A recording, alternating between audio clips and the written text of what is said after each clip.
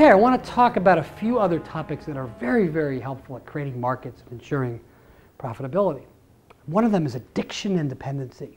Very, very important for sustaining the pyramid. This is something that really shows how finely tuned the pyramid is and how there are components that are really, really important that need to work together.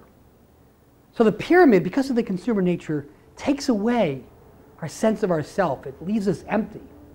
And so we really need to make drugs available to people to allow them to cope. Because if they didn't have this coping mechanism, they might discover what's happening to them. And this has been written about in science fiction books.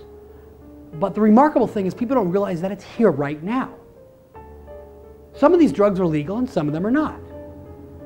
And so the pharmaceutical companies and the illegal drug providers really work to help us sustain the pyramid, and they do it on their own. Again, it's a natural dependency between the consumer and the producer of the drugs. An example of drugs would be anti-depressants. One of my associates is an ER doctor in an upper middle class suburban hospital. And she said 80% of adults are on antidepressants. 80%! I can't imagine that nature intended that to be the case. So we really know that our marketing programs and our pharmaceutical engines working exceptionally well, and we don't have to even do anything about it.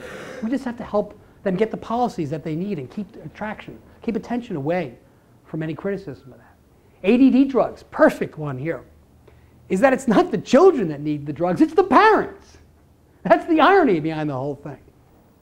But of course the parents aren't going to admit that, so they give their children the drugs to keep them calm so they don't have to spend time educating them and teaching them and controlling them, which is great for us. They're doing our work for us. It's quite remarkable. This shows how fine-tuned this system is. Diabetes is another example, where the folks that invest in creating diabetes drugs have no incentive to help people understand how exercise and diet really helps them. They do it a little bit to make it look good, but they don't really have an incentive any more than the regional phone company had an incentive to provide access to their data center.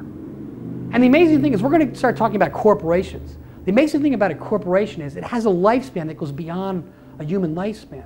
So a corporation can invest in branding and grabbing market share from young people to create addictions, to create markets like coffee and tobacco and junk food.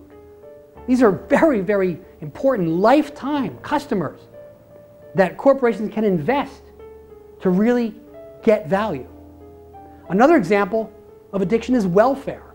The idea is if you want to ensure you get votes for your people, keep giving them handouts. Again, look for natural relationships between parties that reinforce each other and create a very, very strong relationship.